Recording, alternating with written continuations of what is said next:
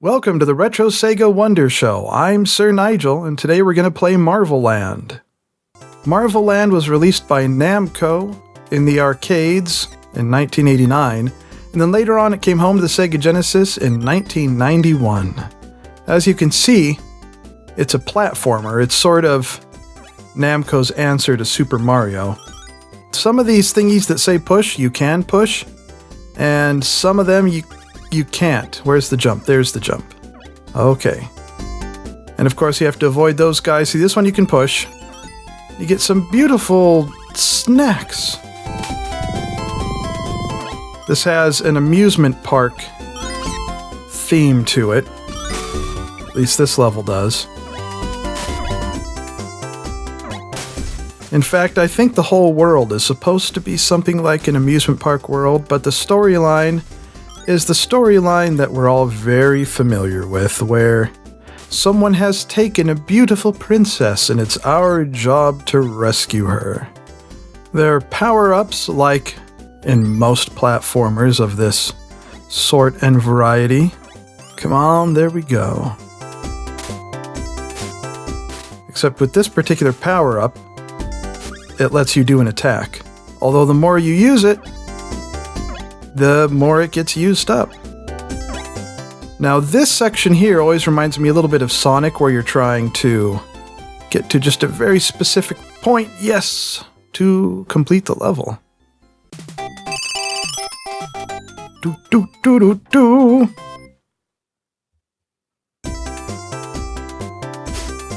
So it's all very bright, very colorful, very cheerful.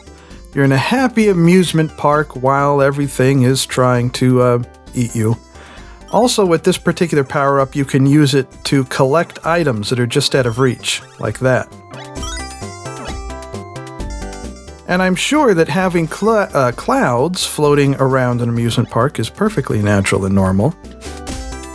No one would question that, now would they? Okay, I do want to get down there, but I don't think we can squeeze past these things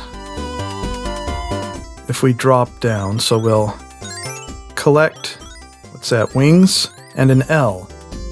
Hooray, we have magic wings and a magic L. So now we can jump much higher. Can we glide? Well, it doesn't look like it. It looks like it mostly just helps us jump. Okay, if you start hitting the jump button, you can flap your wings. Very nice. One thing you may notice while I play this game is that I seem to duck a lot while I'm doing things. That's because for some reason I find the controls a little touchy where... where'd the wings go? Dang it. Where when you're just trying to walk along, I often end up ducking. Oh crap, I guess I just press the down arrow just enough so that I end up ducking instead of walking left or right. See, like that. Get the wings back and the L back, whatever the L does. I think it's just score. It's probably a Roman numeral for a certain number of score. Certain number of score? Does that sentence even make sense? I don't know. Okay, let's try to get to this door again. If these clouds would be helpful and allow us to do that. Oh, is that a special secret warp? It is a warp to Area 3. And here's more of this not Mountain Dew. Looks like Mountain Dew. I keep hitting the wrong button to jump also.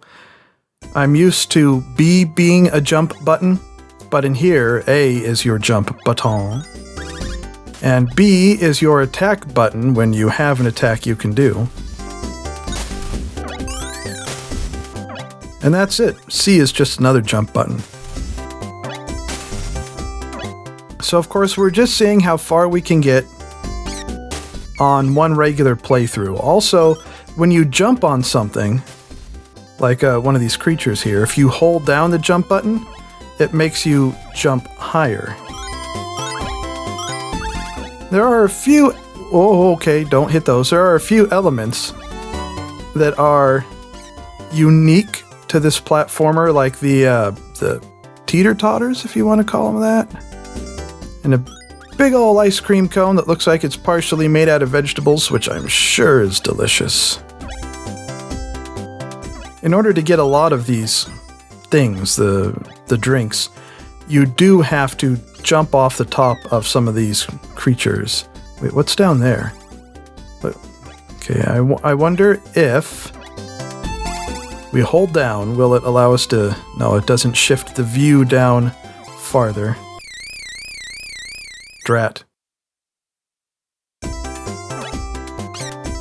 Okay, one more try at it. At least when you do hit something, it doesn't always make you start over from the beginning of the level.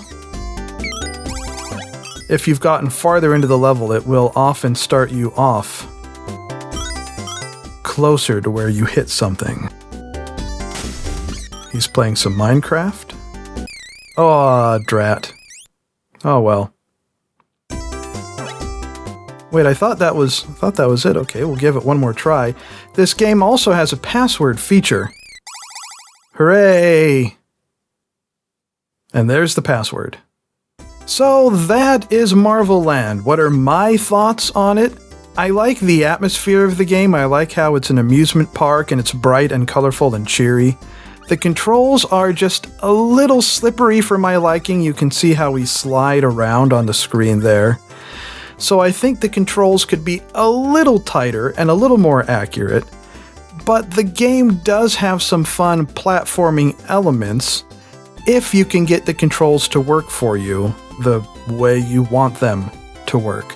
So basically, it might not be my favorite platforming game, but if you haven't played it before, I would say it's worth at least trying out.